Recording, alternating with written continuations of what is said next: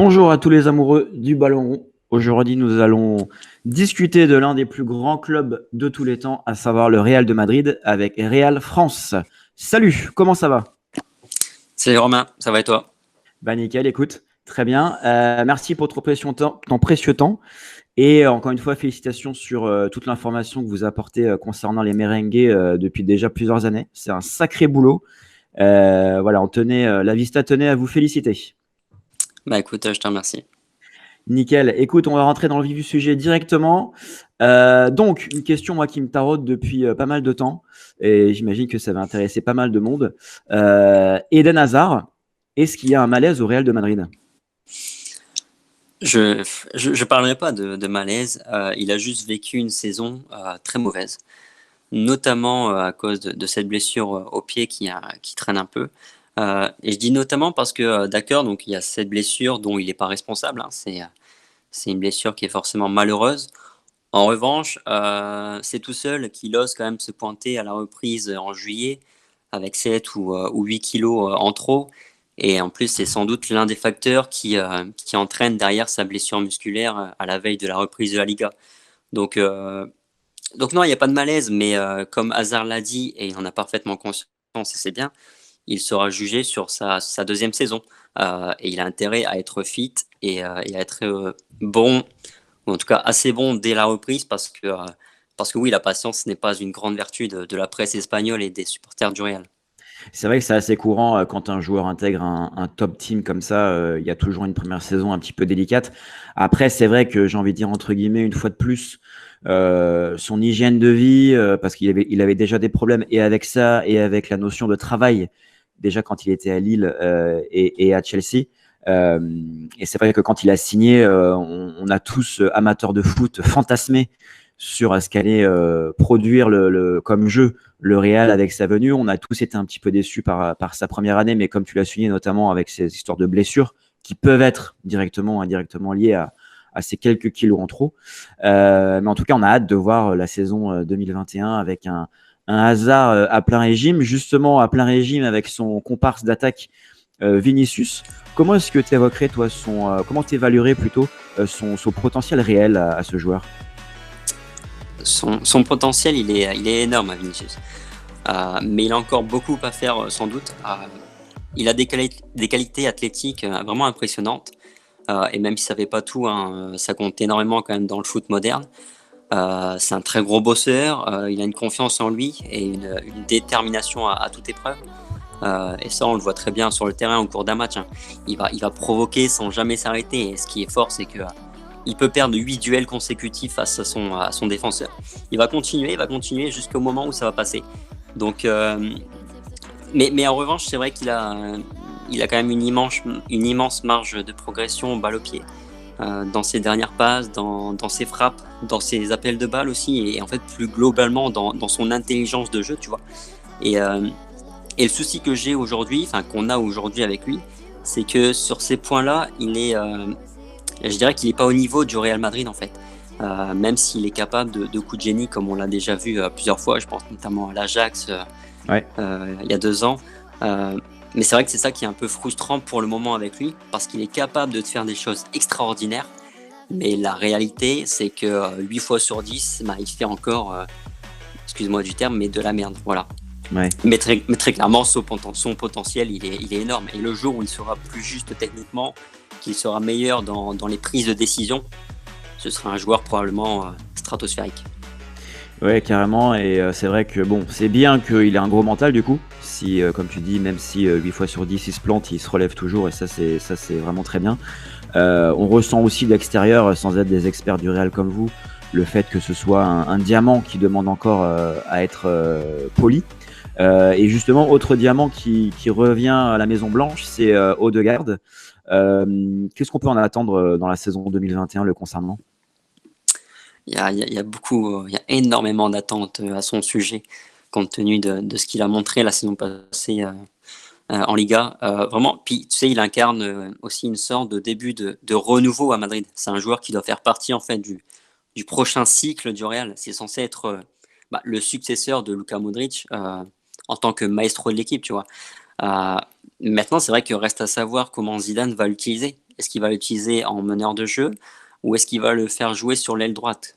Ce qui serait fort regrettable à mon avis.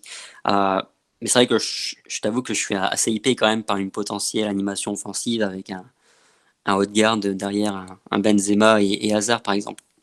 Ah oui, carrément, hein, c'est sûr que ce serait, enfin, on aurait hâte d'allumer notre télé pour voir les matchs, c'est clair. Et pareil, hein, quelqu'un qui a quitté l'actualité footballistique il y a 2 ans, il revient aujourd'hui, il découvre le Real, il voit Vinicius, Odegaard, Hazard, dans un potentiel 11 d'ailleurs. Mais toi, si j'ai pas compris, Odegaard, tu le vois plus en numéro 10? Bah oui, je pense que c'est un joueur qui doit jouer dans l'axe, c'est un joueur qui est créatif. C'est pas un joueur que tu vas cantonner sur l'aile droite pour provoquer et faire des centres. C'est un joueur qui a une intelligence de jeu qui est vraiment exceptionnelle, une qualité de passe. C'est un joueur qui est capable de casser des lignes avec une facilité assez déconcertante. Donc clairement, c'est un joueur qui doit jouer dans le cœur du jeu. D'accord, très juste. Et qui dit cœur du jeu dit structure d'une équipe. Concernant les derniers des Mohicans, Kroos, Ramos, Casemiro, Modric et Benzema, alors a fortiori ils vont très bien chapeauter tous ces petits jeunes et ils vont les aider à progresser à la vitesse grand V. À ton avis, tous les cadres que je viens de citer, ils ont combien de saisons encore dans les pattes à un tel niveau? Euh, alors pour Modric, je pense que c'est vraiment sa dernière année. En fait, ça fait déjà 2 ans qu'on annonce que ça va être sa dernière année. Mais là, cette fois-ci, je pense que c'est vraiment la dernière.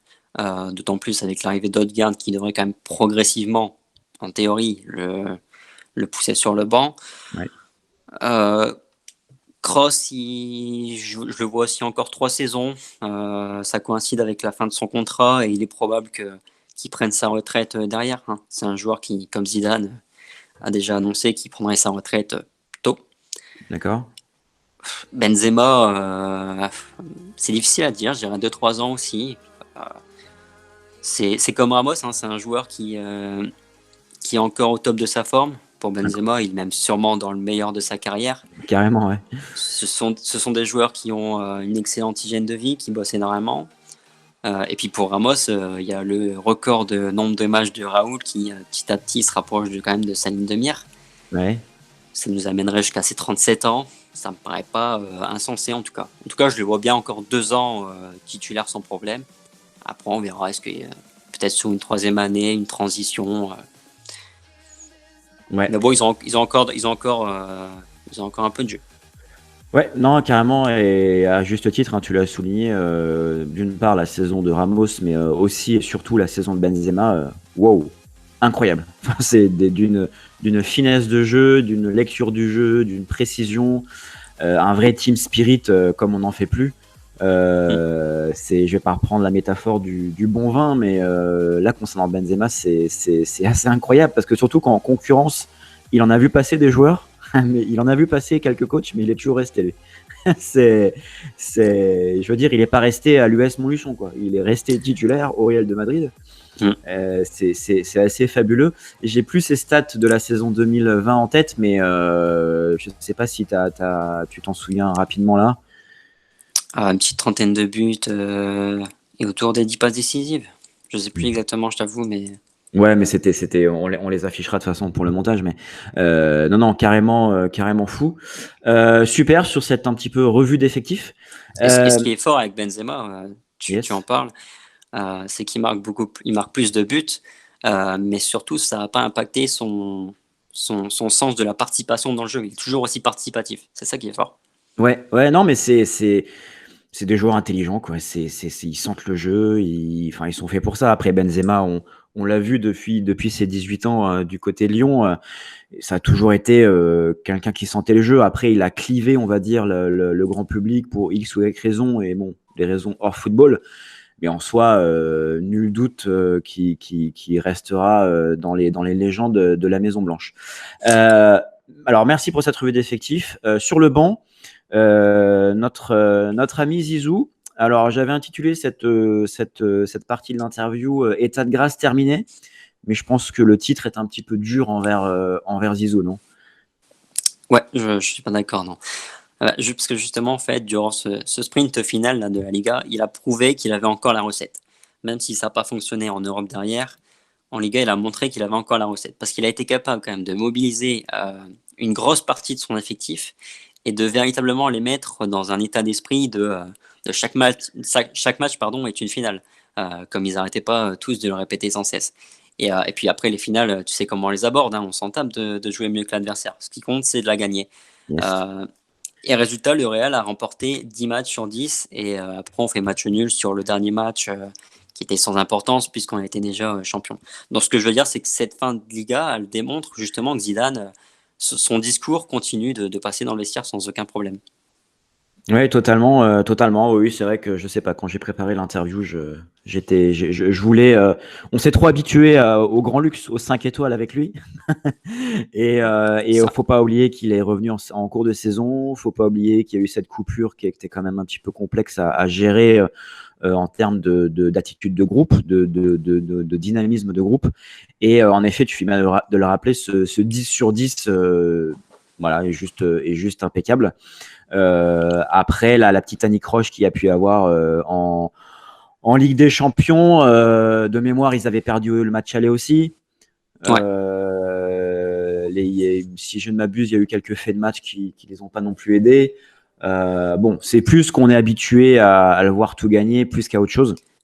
Non, mais après, Vas-y. de toute façon, il y a encore des questions au sujet de Zidane parce qu'il est venu pour gagner, il a réussi à le faire, mais il est venu aussi pour amorcer un nouveau cycle. Et ça, on verra s'il réussira à le faire, parce que sur cette première saison, on n'a pas tellement d'éléments de réponse supplémentaires. Parce qu'en dehors de Valverde, qu'il a intégré dans son 11, notamment avant le confinement, Ouais. et Mendy, qu'il a fait venir, et ça c'est un bon point pour lui avec succès, il s'est quand même appuyé sur les anciens qu'il connaissait déjà. Donc à voir s'il va être capable maintenant d'intégrer par exemple un Odegaard dans son groupe. Oui, carrément. Odegaard, plus Vinicius, plus Eden Hazard qui de toute façon est pas vieux. Voilà, en effet, cette V2, Zizou un peu V2, Ouais. nul doute que ça se passera bien et on a hâte de voir ce que ça va donner dès la reprise de la Liga. Alors justement, pour continuer à polir son groupe, on passe à la partie mercato. Arrivée, départ, est-ce que tu peux nous en parler un petit peu, que ce soit des choses déjà effectives ou des choses qui relèvent plus de tes souhaits? Alors d'abord, au niveau des arrivées, il n'y en aura aucune. Ça a été annoncé, ça c'est clair. Le Real a subi de grosses pertes financières, hein, forcément. Il y a le stade aussi, la construction du stade, et à Madrid, on ne se voit pas demander aux joueurs de faire un effort financier pour derrière aller claquer 80 millions sur une recrue. Euh, il faut plutôt s'attendre à un réveil de Florentino Pérez pour l'été prochain et l'été 2022, qui va coïncider avec l'inauguration du nouveau Bernabéu. Euh, Par D'accord. contre, niveau départ, c'est vrai que ça bouge pas mal et je trouve que c'est plutôt bien géré. Alors, il y a le départ d'Ashraf qui est un peu dommage, mais qui s'explique. Euh, mais on se débarrasse de James Rodriguez en récupérant 25 millions. Il y a les prêts de Jesus Régnier à Dortmund et Kubo à Villarreal. Ce sont des prêts vachement intéressants. Ouais. Ceballos qui repart à Arsenal une saison. C'est plutôt une bonne chose aussi, compte tenu de ses relations avec Zidane. Maintenant, plus qu'à espérer que Gareth Bale et Mariano, notamment, trouvent aussi un point de chute, Ouais. ce qui serait pas mal.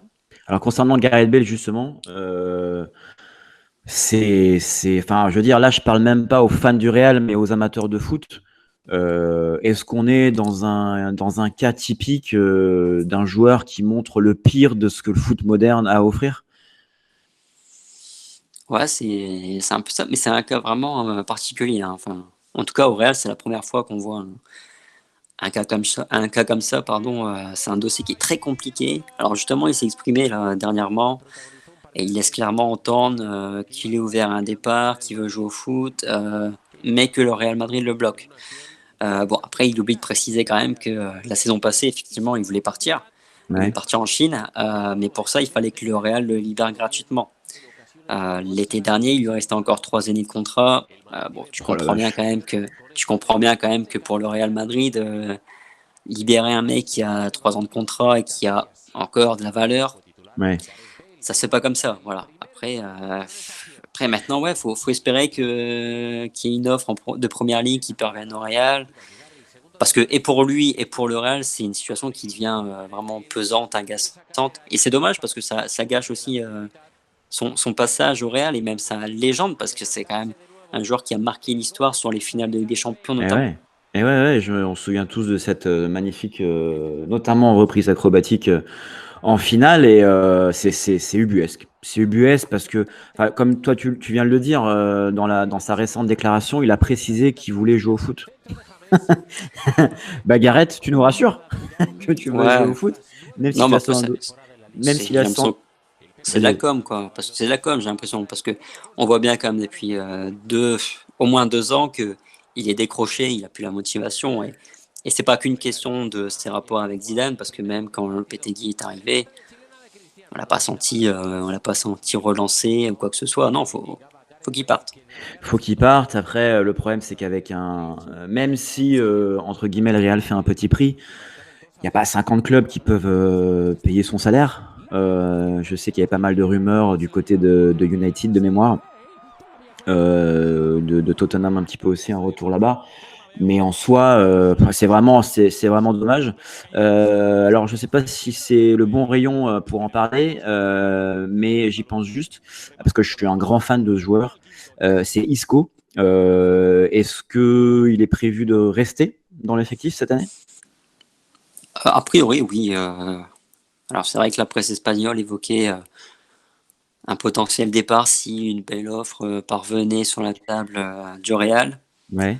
Mais on se dirige vers non, vers une poursuite d'Isco au Real, surtout que c'est un joueur qui compte quand même pas mal sur qui Zidane compte pas mal. Yes. Donc non, je vois pas Isco partir, mais c'est pareil, c'est une question qui pourrait se poser parce que est-ce qu'il n'est pas non plus en fin de cycle? C'est un joueur qui a un talent mais vraiment immense, hein. C'est un Ah, bonheur de voir Isco quand il est en fabuleux. forme, mais c'est un joueur qui est quand même assez irrégulier. Il est irrégulier. Après, à moi demain, je reprends un club avec une certaine prestance. Putain, c'est dans ma shortlist directe. Je Pour, suis d'accord. pour mon Je suis milieu, d'accord. en termes d'élégance de jeu, d'intelligence de jeu. Après, est-ce qu'il n'y a pas un côté mental, je sais pas, à réussir à être régulier, parce qu'on sait qu'au Real, voilà, hein, c'est un club qui gagne, mais c'est un club où il faut quand même être mentalement très costaud. Bon, c'est sans doute multifactoriel le concernant, mais à la fois, je serais ravi qu'il reste et qu'il ait du temps de jeu, et à la fois, je serais ravi aussi qu'il parte et qu'il joue tout le temps. Mais c'est vrai que c'est un joueur très beau à voir. Toujours dans cette révision, on va dire cette partie Zizou 2.0, toujours dans la partie mercato. Et au rayon des petits jeunes. Concernant Kamavinga, c'est une rumeur qui va et qui vient, et qui revient un petit peu, notamment ces derniers jours, vu il a rejoint le groupe France. Toi, déjà, est-ce que tu as des infos et qu'est-ce que tu en penses? Alors, j'ai pas particulièrement d'infos, mais oui, l'intérêt du Real, il est réel, hein, et je serais surpris de ne pas le voir signer la saison prochaine. Les contacts qui ont été établis avec son entourage et même avec Rennes, qui a malgré tout réussi à rester ferme Ouais, face à un intérêt prononcé du Real, mais son entourage a quand même clairement laissé entendre que le Real était son choix. On sait que Zidane le veut, et je pense que Zidane l'aura. Je ouais. pense que le Real n'aura pas peur de lâcher 80 millions d'euros l'été prochain si jamais il confirme cette saison en Ligue 1 et potentiellement en Europe aussi. Exactement, oui, il y a sans doute un accord tacite. Après, bah, il a déjà fait un excellent début de saison en Ligue 1, notamment son but il y a quelques jours. Ouais. Euh, et oui, oui, c'est vrai que s'il confirme et que en Ligue des Champions, il s'épaissit aussi un peu, il découvre le vrai haut niveau parce qu'il a encore que 17 ans, il me semble. Ça pourrait être une excellente recrue. Après, à son poste, tu me dis si je me trompe, mais il n'y aurait pas un petit embouteillage quand même avec Odegaard et compagnie, non? Bah, après, Kamavinga, de ce que j'ai vu, il peut aussi évoluer en 6. Mais c'est vrai qu'il a. Dernièrement, il me semble qu'il joue un peu plus haut. Ouais, C'est vrai que le Real a surtout besoin d'une doublure à Casemiro. Donc, à la base, Kamavinga a été évoqué pour ça, hein, pour venir doubler Casemiro. Casemiro. Parce qu'au Real, il ne faut pas un Casemiro bis, il faut un profil différent, tu vois, un profil plus technique, un vrai premier relanceur, tu vois. Camavinga, c'est un profil, je trouve qu'il colle. Ouais. Parce qu'il est aussi, en plus, il est aussi capable de mettre un peu d'impact. Après, oui, si Camavinga évolue et joue un peu plus haut sur le terrain, il faudra faire des choix pour le Real, tout simplement. Tout Mais à je pense que ça va se faire. D'accord, très clair. Justement, avant, en toute fin d'interview, d'aborder la saison à venir, récemment, vous avez gagné la Youth League. Est-ce que tu voudrais mettre la lumière sur quelques joueurs de cet effectif? Ouais. Alors, c'est vrai que de base, je suis pas le meilleur placé pour en parler, hein, mais de ce qu'on me dit et de ce que j'ai vu justement durant cette compétition, il y a vraiment une belle génération au Real qui arrive. Moi, il y a 3 joueurs qui ont retenu mon attention. Il y a Antonio Blanco, le milieu défensif. Alors lui, on en parle beaucoup, hein. D'accord. Euh, je pense qu'on pourrait le voir incorporer l'équipe première au cours de la saison, justement pour faire espérer Casemiro. Parce que justement, je te parlais de profil brésilien nécessaire à Casemiro. Lui, c'est un joueur qui est meilleur tactiquement que Casemiro. Il est plus à l'aise, balle au pied pour relancer. Et c'est un joueur qui est quand même capable de mettre de l'impact. Donc ça peut être une solution intéressante. D'accord. Euh, Après, il y a le petit arrière gauche, Miguel Gutiérrez. Alors lui, s'est déjà entraîné une paire de fois avec l'équipe première d'ailleurs. C'est un joueur qui est très intéressant sur le plan offensif. D'ailleurs, sur les derniers matchs de la compétition en Youth League, il a planté, je crois, 2 ou 3 buts. Très intéressant. Et enfin, le petit Sergio Arribas, Ouais. l'ailier. Un bon petit joueur, très vif, technique et une superbe patte gauche. D'accord, très cool. Bah, ça fait trois jeunes pépites dans les rangs de la Casablanca qu'on va notamment suivre de près, qui auront peut-être du temps de jeu l'année prochaine. Alors justement, l'année prochaine, tu vois quelle tactique, quelle 11 de départ? Bien, Zidane, c'est un entraîneur qui s'adapte souvent à son adversaire. C'est vrai. Donc, faut s'attendre à, comme il fait actuellement, à ce qu'il jongle entre son 4-3-3 et son 4-4-2 losange comme cette saison. Mais je m'attends peut-être à voir un peu plus la deuxième formule parce qu'il aura 2 solutions en meneur de jeu. Aujourd'hui, il avait véritablement que Isco, Ouais. mais cette saison, il aura aussi Odegaard qui pourra utiliser, je pense, normalement, dans ce schéma. Euh, donc je vois peut-être un peu plus le 4-4-2, mais losange, mais oui, il va continuer à jongler entre le 4-3-3, le 4-4-2. Après, D'accord. à voir si Odegaard s'impose, mais dans tous les cas, sa formule de base, enfin son 11 type, si on doit parler d'un 11 type, c'est du classique, hein, c'est Courtois, c'est Carvajal, Varane, Ramos, Mendy à gauche désormais, Casemiro, Kroos, Modric ou Valverde, ça change. Ouais. Ensuite, c'est Isco, c'est quand même plutôt un titulaire.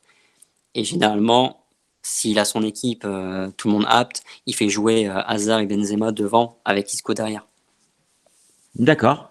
Bah de quoi nous faire saliver en attendant la prochaine Liga. Très cool. Justement, dernière question. Quels sont les objectifs du Real pour la prochaine saison? Les objectifs à Madrid sont toujours les mêmes, hein.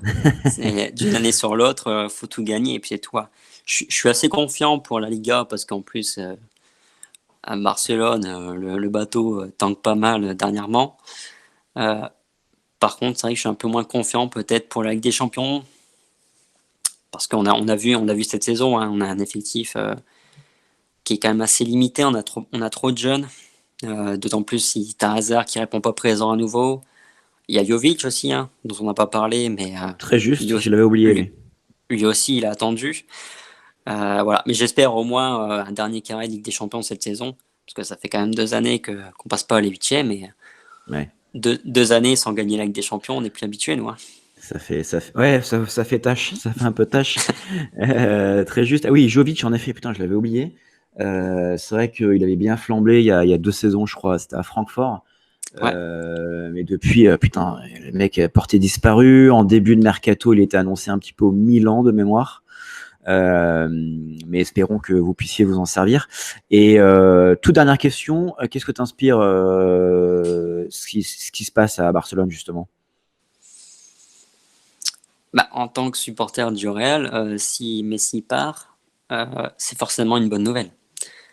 Honnêtement, sur ces 2-3 dernières années, en championnat essentiellement, Ouais. c'est Messi qui tient la barque à moitié tout seul, hein, faut être assez honnête. Et puis sur les 10 dernières années, il a fait quand même très très mal au Real, le petit Messi. Donc s'il peut partir, qu'il parte, hein, il n'y a pas de Ouais. souci.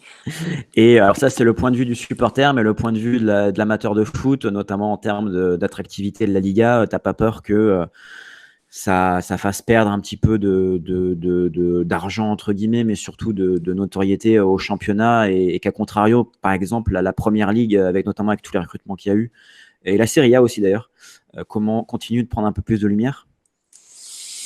C'est possible parce que c'est vrai que déjà cette année, par exemple, en Liga, c'était quand même assez moyen. Globalement, hein, le niveau moyen du championnat était quand même très moyen.